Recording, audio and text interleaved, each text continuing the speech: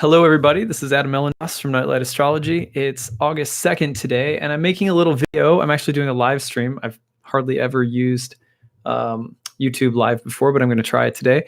I'm making a little live video because I've had a lot of people send me questions over the past few months related to monthly horoscopes. So the typical questions that I get related to monthly horoscopes go like this. Which one should I use? Should I use my sun sign or should I use my rising sign? Sometimes people will even ask if they should use their moon sign. So these questions come up every month after I post my horoscope videos or even my written columns. People are typically asking which one will be more accurate or which one to use. Then there's a second category of questions that come back after the videos or written columns are posted, and they typically go like this. My chart is actually very different from the chart that I'm reading. Why is that, and what to do about the discrepancy between my chart and the chart that appears to be that's being used in a monthly sun or rising sign horoscope, including questions about different forms of house division. So, for example, a horoscope column may say that you have a new moon in the 3rd house, and you're looking and saying, it actually looks like that new moon's going to be in my 4th house. Or in my 7th house. Why is it different? So those questions come back a lot. And then finally, people ask in general, are horoscopes accurate? Will horoscopes actually work? And how accurate should I expect them to be? So we're going to try to answer all 3 of those questions. And then in the future, when people ask these questions, I realize, it'd probably be easier to have a video in one central, with all the questions kind of answered so that people could refer back to it. So that's the point of this talk. All right. So first of all, should you use, let's start by talking about what a horoscope is. So sun or rising sign horoscopes are relatively new in the sense of, if you were, when you were a kid, I don't know if you might have gotten your horoscopes from newspapers, right? Or you might still see your horoscope, maybe a paragraph or 2 written up in a magazine. And it's always going to be a sign-related post. So you're going to see someone writing a column that's meant for Libras or that's meant for Capricorns or whatever. And the typical idea is in modern astrology, we really spend a lot of time being identified with the sun in the birth charts. We say it's my sun sign. This is also largely modern in sort of invention of astrology, because in ancient astrology, though the sun is, of course, a pivotal planet in our language, the sun does not necessarily take center stage all the time in a chart. And even more properly, ancient people were not really conflating their sense of identity or self with the planets at all. So when we say my Mars, my Venus, like this, in some ways, it's not helpful for us because the planets really are not ours. They're the emissaries or the ambassadors of the gods, and they say something or they indicate things about our karma. So what is our karma? It's just the flow of the modes of material nature, just the unfolding of life in the material world. And the planets are really just indicators, signifying the kinds of things that are unfolding in the material world, which, although our soul is identified with through the body, it is ultimately not necessarily the same as, right? So we, for example, when our bodies die, our souls go on. So good just starting place to realize that your sun sign is not the end all and be all. Okay, so most modern horoscope columns are based on identifying with your sun sign. You pick up that magazine or that newspaper, or nowadays you read something online and you're going to be like, okay, there's the horoscope column for Capricorns, and I was born when the sun was in Capricorn. I know that, so that must be my column. Okay, so one may read their column every month in terms of their sun sign. And what you're doing when you are doing that is you're reading a chart that's being cast for the entirety of the month from the standpoint of putting your rising sign into the 1st house of a chart for the month. So for example, I would cast a chart if I was doing horoscopes for Capricorn sun signs. I would put Capricorn as the entirety of the 1st house by whole sign houses all of Capricorn becomes all of the first house. And then in order around the wheel, you'll see the signs follow out. So Aquarius becomes the second house, and Pisces becomes the third house. Aries becomes the fourth house, and so on and so forth. Then as the transits of the month are heading through those houses within that chart that's set for Capricorn on the ascendant, we read the transits moving through those houses, the big ones of the month, and we treat that like it's like a little solar Capricorn birth chart for the month. And the movements through the chart for the month are the prognostications that we deliver for people. Okay, so if you want to identify with your sun sign, then your sun sign, you read for a chart that places the sun sign onto the ascendant and reads the planetary transits as though it's a chart with, Capricorn rising if you're a Capricorn sun. So that's how that works. Now, if you do that, you're reading for the solar symbolism or the solar meaning in your chart. The problem with that is that the solar meaning is, again, not necessarily central for every single person. A lot of people think it is in modern astrology, and my personal belief after studying and practicing traditional astrology for some time now is that this isn't usually the best way of doing it. The reason for that is that, for example, in ancient astrology, if you're born during the nighttime and the moon was out, the moon could very likely be the predominating luminary in the chart, in which case the sun may sort of play a secondary role or may have to filter its agenda through what the karma of the moon is telling us. So every chart is so individual and so specific that reading in terms of any particular planet, let alone the sun, as tempting as it is in modern astrology that's so sun sign centered, I think is problematic. So I tell people sun or rising sign because so many people are used to reading for their sun sign that I just kind of put it out there as read for either. Some people will read for their moon sign, So the next most common thing that people do is to read for their rising sign. So when you read for your rising sign, what you're doing is exactly the same procedure, except for the horoscope writer is sitting down and they're putting, really, I don't have to, I just write for all 12 signs, right? So I write the Aries horoscope for everything that has, putting Aries in the first house and then reading the transit for that whole sign chart based on Aries in the first house for the entire month of August. And then you can read for that chart whether you're an Aries sun or an Aries rising. It's the same thing. So, but going by your rising sign may be a little bit better, maybe a little bit more accurate in general, because your rising sign and the chart that's configured to your rising sign will match up with your birth chart. So for example, I'm a Taurus rising. So if I read for Taurus, if I read a Taurus horoscope in the month ahead, what's happening is I'm reading the planetary transits that are moving through the same configuration of whole sign houses that I have in my birth chart.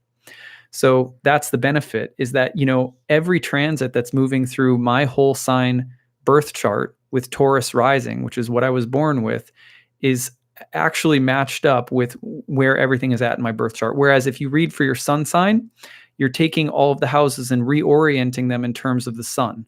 Your sun sign is not necessarily in your first house in your birth chart, which might make reading for the sun less accurate. What to speak of the fact that not everyone is necessarily dominantly identified with the sun in their birth chart anyway. So to me, the rising sign is the best because the rising sign matches the outline of your birth chart. So that's the answer to the first question about whether you should read for sun or rising. I always recommend rising, but some people get a lot out of the sun. They swear by it. So what am I going to say? They can't do that, right? So you could choose either. I would suggest the rising sign. So that's answer number one. The second question has to do with why doesn't my chart look the same as the chart that's being read? Well, again, if you're reading for your sun sign, and unless your sun is actually in the first house of your birth chart, the first whole sign house especially, then you're going to get a chart that looks very different. The chart that is being read for the month is going to be fundamentally different from your own, and that's why you might see that there are discrepancies. Now, the other reason that you might not see a chart looking identical to your own is that even if you read for your rising sign, modern astrologers also use what are called quadrant-based houses. Quadrant-based houses are going to divide up the chart and the signs in relation to the houses differently. So in whole sign houses, which Indian astrologers used still to today, and which ancient Western astrologers used for at least the first 1,000 years of astrology, and still today people use them. The chart was based on a one sign equals one house sort of proportionality. So your rising sign is your first house, and then the signs fall out in order around the wheel. Think about it like a 12 card tarot spread. The 12 positions, the houses were literally called topoi by the Greek, which means places, and they were considered like positions or places that held each one of the 12 signs. So whatever sign was rising was the first card in your tarot spread, right? The second card in your tarot spread would be the second sign. And whatever planets are traveling through whatever signs will therefore fall into the houses that the signs occupy. To get even more complex, the signs weren't even originally called signs. The signs were actually called houses, the houses of the planets, and there was no such word as houses. The original meaning for what we now call a house was just called a place or a position, 1 through 12. So again, in modern astrology, you'll see, half of Aries and half of Taurus and maybe even a little bit of Gemini bleeding over into just two, just contained in just two houses, 3 signs into 2 houses. And therefore you'll get intercepted signs that don't rule a house. And this has to do with, again, a completely different way of dividing up houses. Now, again, there's a lot of fierce debates that happen around what kind of house division you should use, quadrant-based form or whole sign form. I practice traditional astrology and Hellenistic astrology, and so I'm a whole sign house guy. So for me, the benefit of doing your chart by virtue of your rising sign is that all of Taurus is all of my first house. That means my monthly horoscope is exactly synced up with my birth chart every single month. When you get used to looking at your chart in that way, your horoscopes generally take on more accuracy in my experience when you read for your rising sign, because the transits are matched up with your birth chart in a one-to-one way, and that's really nice. It's not going to be perfect because we still can't read the interaction of planetary transits to natal planets because we're not looking at the natal planets in your birth chart when we write a horoscope. But the general house topics that are being brought up and the general aspect meanings that are happening within the houses will still often have there will be a lot of accuracy there. And that's just due to the fact that there's a one-to-one correspondence between signs and houses. So my opinion, not only are whole sign are your rising sign the best way to go, but it's also using the rising sign horoscopes every month alongside of looking at your birth chart in whole sign houses. Now, that's like, I don't want to overwhelm people because some people are going to hear that and be like, oh, I'm so used to my houses in Placidus or, some other system, Regiomontanus or Koch or, whatever. There's so many. So if you're used to a certain kind of house form of division, all I will say is that kind of problem when it comes to your monthly horoscopes is not going to go away. You're going to still keep dealing with that. That's certainly not the only reason to switch over to whole sign houses. In fact, I really don't recommend switching to whole sign houses unless it is accompanied by study of traditional methodology and delineation, because a lot of the times people switch over to whole signs. They're like, oh, my chart is just much more accurate in Placidus or a quadrant-based form of house division. You switch over to whole signs, you're like, it's just not accurate. Well, it's probably not accurate because you don't know how to read it. And I don't mean to sound condescending, but it's sort of like saying, switch hand placements on the piano and you'll see a big difference. Well, it doesn't really matter if you don't know how to play. Do you know what I mean? So if you don't know how to play the classical scales of astrology, so to speak, then switching to whole signs will potentially sort of confuse you. So if you're going to make the switch to whole signs, I would recommend, playing with it, experimenting with it, alongside of starting to study some classical ancient astrology or even Indian astrology. So that's what I'll say about using whole signs. I recommend it alongside of some classical study, along with the rising sign, and that's going to be the best combination, in my opinion. Whole sign houses with rising sign horoscopes. Now, again, beneath all of this is the fact that astrology is ultimately a form of divination. if you want to read a great book that makes the case that astrology is a form of divination, read The Moment of Astrology by Jeffrey Cornelius. It's a fantastic, it's kind of deep and philosophical, but it's a really good book that makes the case that, a lot of different kinds of techniques in astrology work. Just like when you use tarot, there's a lot of different practitioners preaching a lot of different methods. You know what I mean? Why is it that sometimes you get really accurate, predictive, clear results and very reputable astrologers that practice through a variety of different, coming from different modalities and different methodologies? And the answer to that is that at the end of the day, the methods are a kind of tool that we're using to speak to divinity. With a clear heart and a clear mind and consistent use of craft, an economy and sincerity, we tend to come across insightful and accurate results. Now, so I say that, but at the same time, the other enemy of getting clear results is a mumbo jumbo, basically. If you have way too many theories, way too many ideas, you're freestyling, you're making stuff up, it's hyper subjective, and you don't have any rigorous craft training at all, then my feeling is that your sense of what's accurate and what's inaccurate is not going to be very objective. It's going to be mostly about what you like or don't like, or what you want to see or expect to see or don't expect to see. And astrology is trying to teach us about reality from the assumption that we know less about reality than the gods do, so to speak, or that divinity does. And in that sense, we're humble students. We're trying to learn more about reality because we have trouble being objective because of our investment in our own being the center of the universe. And so astrology is also meant to teach us how to come into a more objective understanding of the universe. Objective, but not dead. It's ultimately relational and participatory, but still we struggle to get out of our egocentric framework. Astrology is trying to teach us how to do that. So a lot of the times when people say it's not accurate, it might be a way of saying you don't like what you're seeing, or you don't like what you're hearing, or you don't know how to take in the information in the right way. And a lot of that comes from people not having teachers or not having, rigorous training. It's sort of like astrology is unique in that you don't see a lot of people in acupuncture or Ayurveda trying to treat themselves at really high levels, dealing with really complex stuff. They're like, oh yeah, I need to go see an Ayurvedic practitioner. I need to go see an acupuncturist. But with astrology, there's this strange phenomenon where everyone thinks that they're an astrologer just because they've done a little self-study.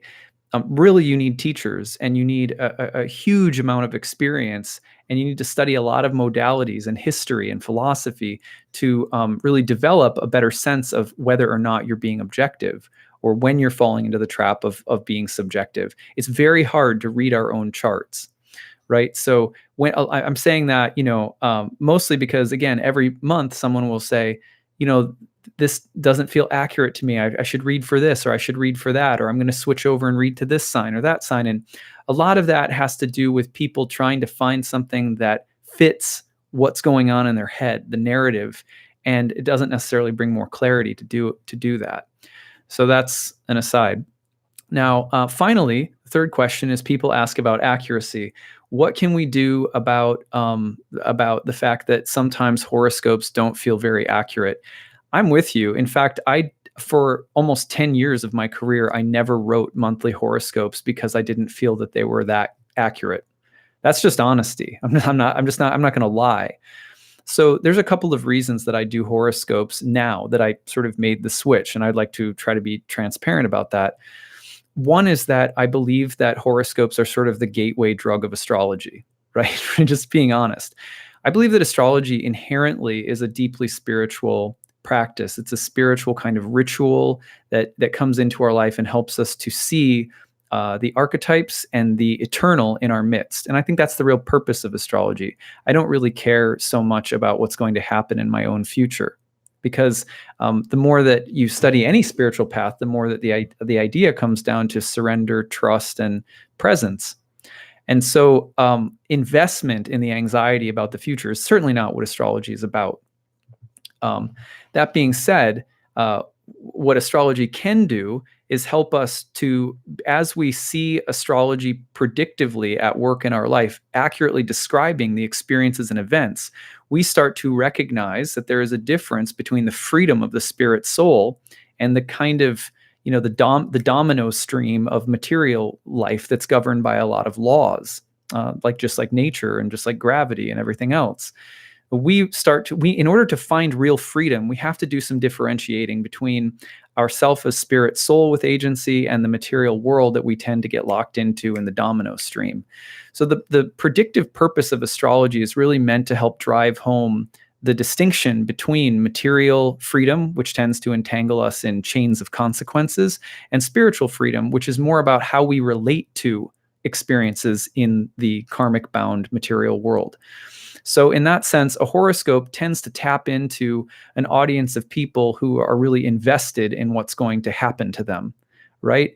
And in that sense, a lot of horoscope writing and a lot of horoscope columns are pretty crappy, specifically because they're just trying to get you amped up about how great your month is going to be or how transformative and challenging and, and it's a lot of cliche.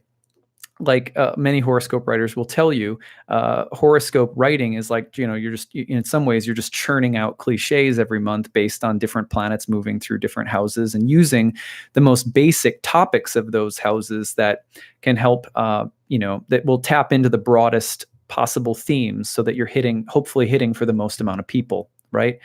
So as we're doing that, though, I stayed away from it for a long time because I just felt like, it's kind of cheap, and it feels just kind of like junk astrology.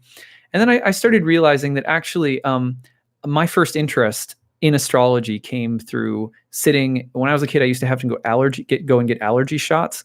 And I'd sit in the doctor's office and read my horoscope column and hide the fact that it was in Teen Magazine or whatever, because I was embarrassed to be, reading Teen Magazine as a guy sitting there. So I would hide the fact that I was looking at Teen Magazine to read my horoscope.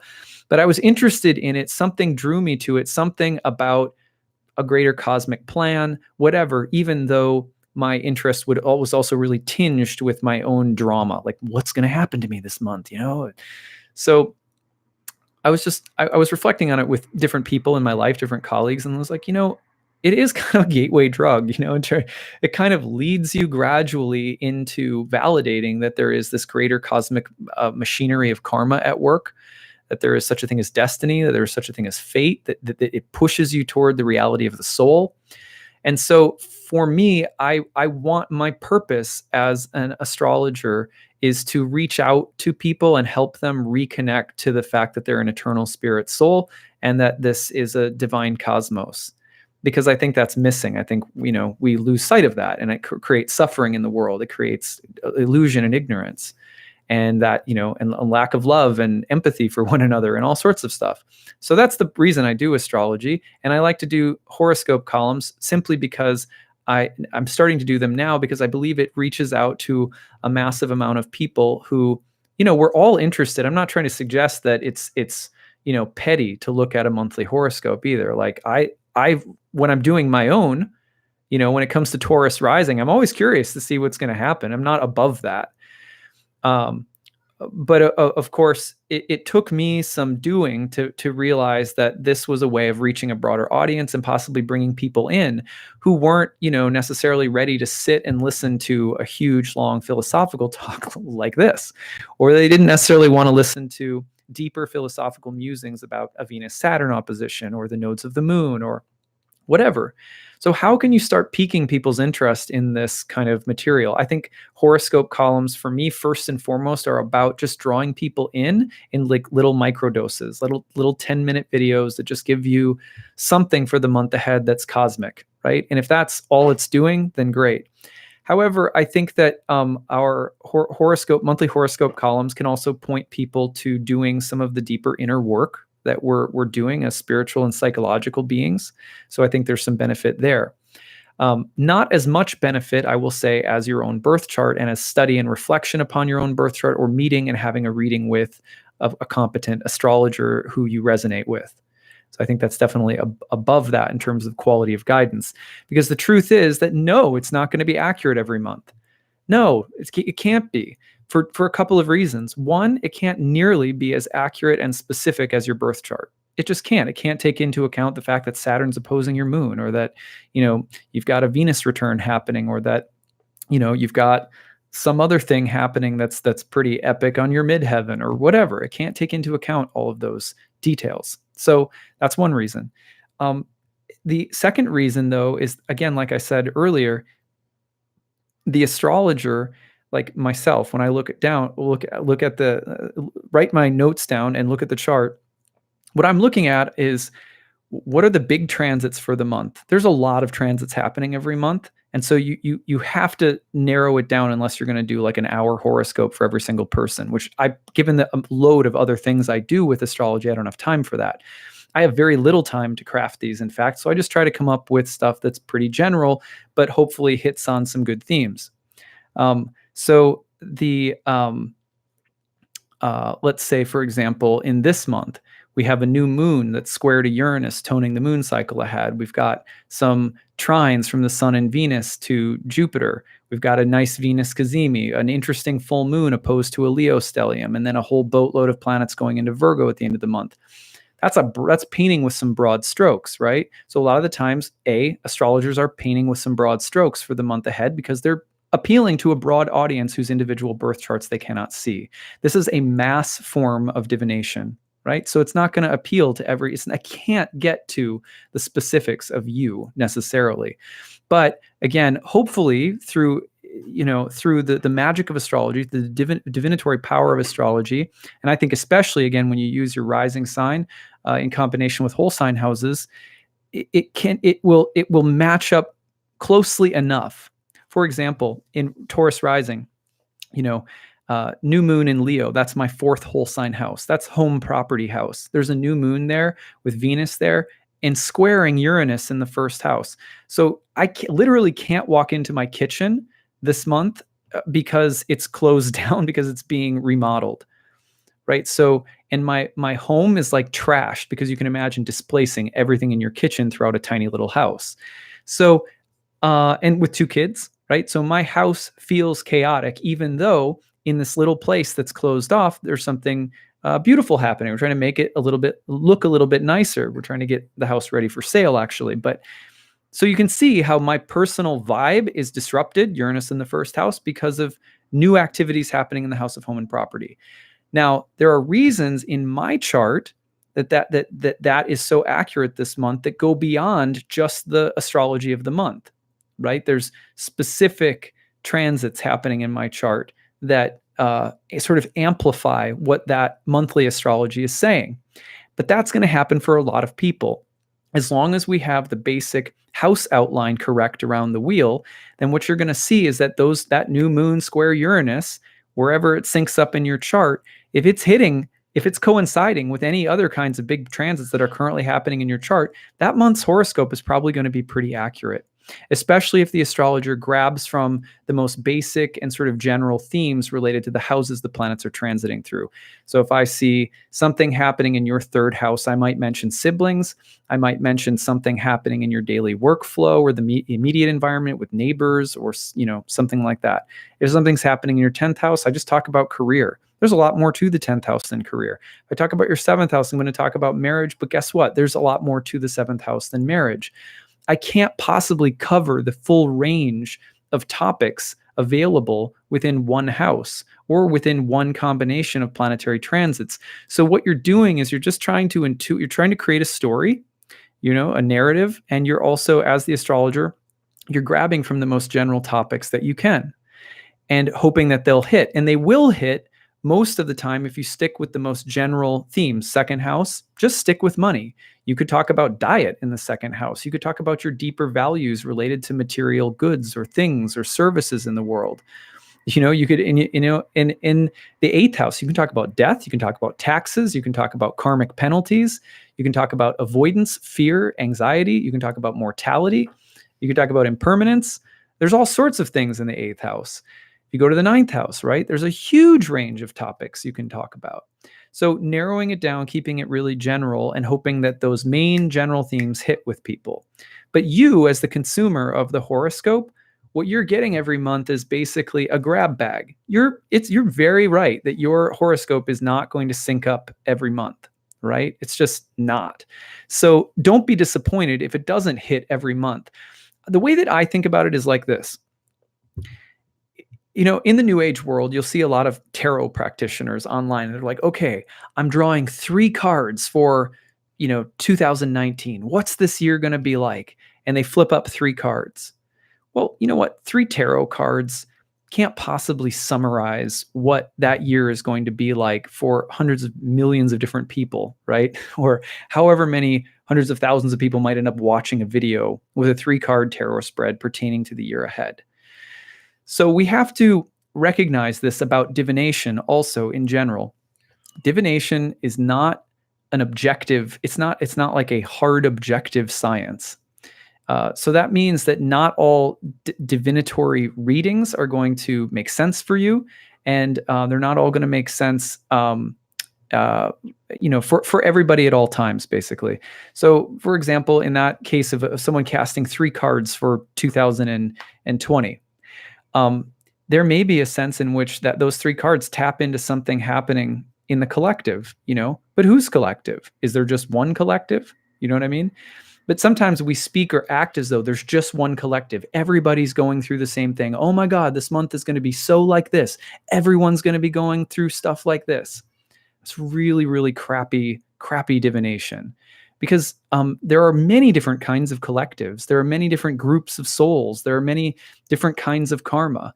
You can't expect that one kind of divination, one sequence of divinatory symbols will read accurately for everybody.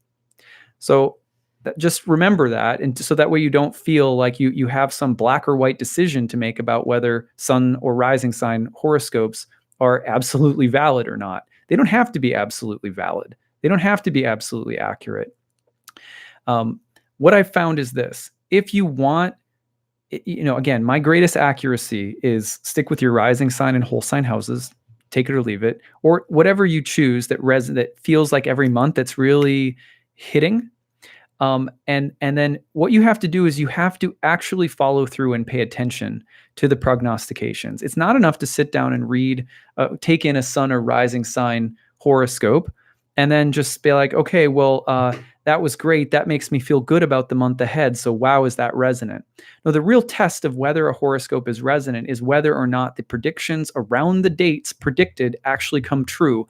And there may be some ways in which the symbols come true, but not quite in the way that the diviner says they will. That's fine. But what you want to look for is some kind of resonance of the symbols and of the predictions around the dates that are predicted. And you need to actually track that if you want these to work for you. You have to have a journal. You have to come back to it, write down the dates that are given, come back to the video, and then check up on it. If you don't do that, you really have no way of knowing if the horoscope was actually accurate or not. And probably you're only basing your sense of the horoscope's accuracy on whether you liked it or not, which is not the same thing. So that's an important just procedural step that I recommend for everybody.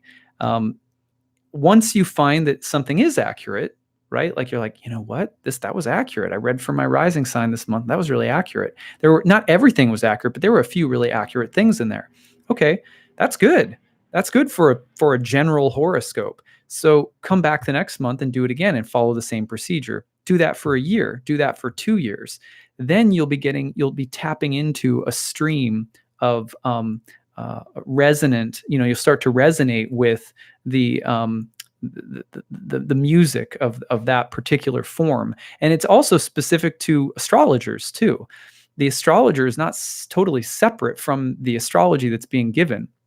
Not everyone's going to resonate with my horoscope columns. I don't grudge anyone, finding a stream that feels accurate, that hits on what experiences feel really real to you, and then developing a little bit of entrainment with that stream. It's not any different from saying that, there's going to be certain yoga teachers or certain, personal trainers or teachers in any walk of life, or counselors or therapists who you're sort of just dialed into. That's a part of it as well. So it's the objective accuracy of the horoscope as well as your resonance with the voice of the astrologer. Those things matter. And then the consistency and tracking of the transits with the horoscope. Again, most people don't take it in on that level. Most people take it in more as a form of entertainment, more as a like, will this be good or will it not be good? Okay, cool. And then they'll get a general impression from it and then just go, right? And then they never check back on it. So that's why I said at the beginning, I was very hesitant to do these because it felt sort of like, I don't know, like maybe something was being dumbed down. And then I was like, I don't want, then I realized that no, it was exactly that kind of like, I wasn't too serious about astrology in the beginning. And yet it was a horoscope that first brought me in, so to speak. So I'm your gateway drug dealing horoscope writer, I guess. That's what I've come away with. Okay. Now, put all of this in your crock pot, cook it, see what comes out. I hope that this video is helpful because I get these same kinds of questions every month. So I just thought I would do a video just how to get the most out of your horoscopes every month. So I think I'm going to take a look see if there's any questions, and then if there's not, we'll end. Let's see. Do you think it's fair to say that men identify or are influenced more than the sun and women the moon? That's a good question, and my basic answer is no, because the sun and the moon are not. First and foremost, the planets are not about influences; they are indicators. So, for example, when my daughter was born into her body, right, when she came into her body, and I got to know her in the first week of her life, her temperament, her mood, her vibe, her personality, it was all on board. You know what I mean? Like operating system is a go. The planets at the time of your birth aren't influencing you to become something. They're telling you what you already are. And that what you already are comes from past lives. It comes from choices you've already made and conditioning that you've already gone under. That doesn't mean you don't have free will, but there is a starting program here, and it's less flexible than everyone in the create your own reality paradigm generally thinks it is. It's harder to be free than we think it is. And a simple test of that is, sit down and just try to quiet the mind and not move your body or your limbs or fidget or anything for even 10 minutes. The fact that we can't do that we don't even have that little amount of control over our mind is a testament to the little amount of freedom that we actually have. Now, I'm not trying to diminish the value of freedom. I believe freedom is very real. I just believe it's something that takes work. So, first of all, nobody comes in either potentially influenced by one thing or another more, because the planets are more indicators than they are influences. Planetary transits to the birth chart and Time Lord techniques to the birth chart tell us about the influences that come relative to the inborn programming that we come in with. So there's a difference there. That's the basic thing. You could say that some people will have the moon or sun more dominant in their chart, but even then, it doesn't necessarily mean much about your psychology. The approach to studying psychology in a chart in ancient astrology is very specific, whereas in modern astrology, your whole chart just is your psychology. Not the sun or the moon, neither of which may say a lot about your psychology in a birth chart. There can be other planets that are much more important to the understanding of your psychology, depending on each unique chart. So that's another thing to say. If you're born at night and the moon is then in sect, then the chart may be predominantly lunar. If you're born during the daytime and the sun is the sect leader, then the chart may be predominantly solar. But that doesn't mean you are lunar or you are solar. It's just talking about the field of your karma. And that's a whole.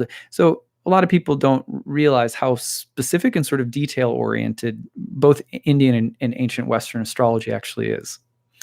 All right, so very good question though. Thank you for asking, and never feel offended if I use your question as a way of sort of, setting up some diatribe about something. I never mean it personally, to you. Okay. Let's see.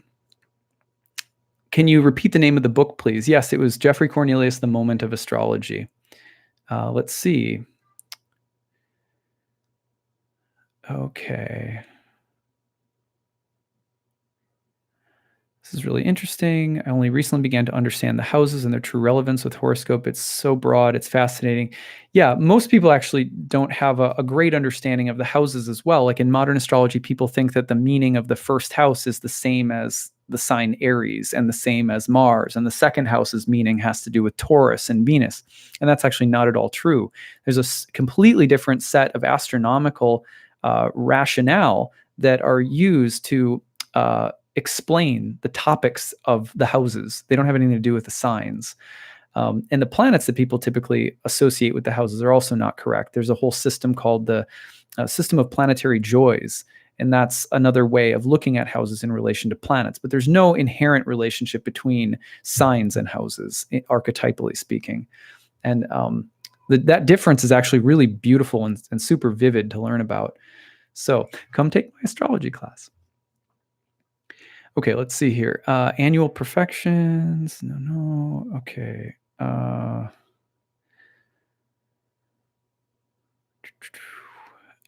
Scorpio rising, and I am a Plutonian, so in tarot card readings, should I watch Scorpio? I'm a Libra sun, 12th house. So yeah, just read. I would read for Scorpio rising. And remember, in ancient astrology, there's a very elaborate system of planetary dignities. It's very beautiful. It's very sophisticated. It's like a little Mozart symphony built into the language of astrology. And we can't just take newly discovered planets and try to jam them into that system. So I highly recommend that people don't, even though I love Pluto, I use Pluto every single day of my practice. And I see some symbolic similarities between modern psychological interpretations of Scorpio and Pluto. Highly recommend not thinking about Pluto as ruling any signs. I've done talks on that before, but that's just my advice. Until you've really deeply understood the language of dignities, people will be using outer planets as rulers without an understanding of what a ruler really is in the first place or how it was really constructed. I think that's really important. Haribol. Thank you, Susie. Let's see. You did a Vipassana retreat. Yes. Okay. Yeah. That's, gosh, isn't that tough? That's exactly what we mean about freedom, right? You know exactly. So let's see. Question: reading transits with whole sign houses, do you make any difference in interpretation when planets natal or transiting is positioned between the degree of the ascendant and limit of the first? There is some yes, you could, if like, let's say your ascending degree is at 15 Taurus, you're talking about if a planet's between 0 and 15 and 15 and 30, is there a difference? Yes, there may be, and it would take more time to explain it. But basically, the closer it is to that degree, the more it turns into the more it takes on more strength or potency, or it's kind of like glow. It's a bit like a glowing orb. It's like, vroom, vroom, vroom. Pay attention to me. Pay attention to me. The closer it is to that exact degree within the angular houses. The MC and the IC may not always fall in the whole sign 10th or 4th, by the way. So if you don't understand that, people don't understand that, don't worry. Okay. Okay. Could you explain why certain people are born with a stellium in a certain house? For example, I have 5 planets in the 6th house. So what you always mean is, first and foremost, that you have 5 planets in a sign, right? Planets really aren't in houses. Planets are in signs. Signs are in houses. It's a simple conceptual way of distinguishing them. So if you have a stellium, first and foremost, what you mean is that you have a group of planets all in one sign. So if they're all in one sign, you're using whole sign houses. That's the definition of a stellium. If they're all in one sign, that's happening because first of all, with a lot of the inner planets, they travel really closely to the sun, like Venus and Mercury travel no more than 1 or 2 signs away from the sun. So there you have 3 planets that can easily be in the same sign. And then if you get the moon, there's a 4th planet, right? And then maybe Mars or Jupiter or Saturn, something like that. You got 5 planets. So it's not like uncommon. It happens. And then when you put them all in a sign, basically what you're creating is a kind of a mixing or blending of a lot of different qualities. One of the simplest ways of reading something like that is to emphasize the topics of the house rather than trying to create the perfect verbal blend of 6 planets, because that's really hard to do. So emphasize the house topics, which are simpler and will help you organize all of that stuff more easily than 6 planets in a sign, trying to blend all of their qualities into a statement of some kind. It's a lot more difficult. Not that you can't work at that as well, but do I use Sabian symbols? No. My philosophy, which you are free to disagree with, is generally the more stuff that you have, the worse the astrology becomes. The more that the astrology starts delving into the territory of like, doesn't everything mean anything and everything? And look at that stick. It means that my grandfather's here with me in the spirit. It's like everything just gets real crazy. And economy of craft, simplicity of language, conciseness, those things are hard to come by. It's really hard for us to be concise, organized, clear in our thinking, clear in our prognostications. People usually don't need more sophistication and mental or emotional complexity. Generally speaking, what people are looking for is a little bit more clarity, peace, and simplicity in their mind and in their body, which is really the remedy for. We do that. We move into the sattvic realm of material nature, which is when think about how nice it feels when you wake up first thing in the morning. The air is empty, nobody's up. There's just a feeling of clarity and peace, right? Not a lot of mental stuff going on.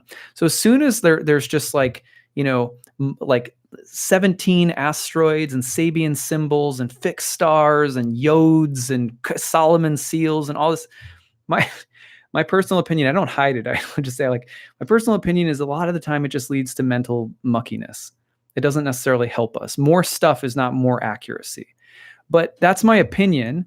And I've seen, I think you can use anything sparingly in an interesting way. For example, if you were to sit down and do a reading with someone and just talk about their sun sign and just talk about the Sabian symbol related to their sun sign, you see, maybe you're creating a little bit more of a little bit more kind of alchemical pressure around the use of a Sabian symbol, then I think it's fine. Same thing with asteroids. It's how we use things actually that matters more to me. So anyway, I hope that helps. Let's see. Would you say a person born with many planets in retrograde would face many challenges in life? Retrogrades mean reversals of fortune or delays. Those are 2 major meanings of retrogrades, reversals or delays. Reversals in life happen to us all. They aren't always bad either. If a tumor stops growing and starts shrinking, that's a reversal. So there's lots of ways in which reversals can be good. It really depends on the context of the retrograde. And also, don't take outer planetary retrogrades seriously. I just, in terms of process-oriented psychology, maybe, but in terms of reading a birth chart, I really would not include retrogrades of the outer planets because they're not unique. The retrograde of a planet like Mars is unique in terms of its overall synodic cycle, let's say. I'm just very cautious about retrogrades with outer planets. The outer planets, in my mind, people try to fit them in like they are traditional planets without enough of an understanding of traditional astrology and without enough of an understanding about the differences, the subtle differences between what the planets are doing in general. So what they represent or what kinds of powers they hold, so to speak. Again, so take that or leave that, but I wouldn't pay too much attention to retrograde outer planets. Okay. Kazemi, if degrees too close, some can't read or predict. Not sure what you mean there. How would you interpret the most recent Leo new moon exactly conjunct? I went over that in my Astrology of August video. Check that out. I think you'll get a good answer there. How do houses in general readings resonate with specific birth charts? I think I went over that earlier in the video. If I didn't, feel free to email me at nightlightastrology@gmail.com and maybe you could elaborate on that question for me. Look at these names, some of them. So that's to Peanut Rambles. So Peanut Rambles. Okay. Let's see. I was born with a kite. I have read this means a kind of luck. What is a kite? I'll tell you. I'll just be completely 100% honest. And feel free if I'm like, if I'm, what is it called? Grumpy cat? Just, excuse me for being grumpy cat. A kite means nothing. I just say it. A kite is nonsense. Just don't pay attention to it. That's my honest answer.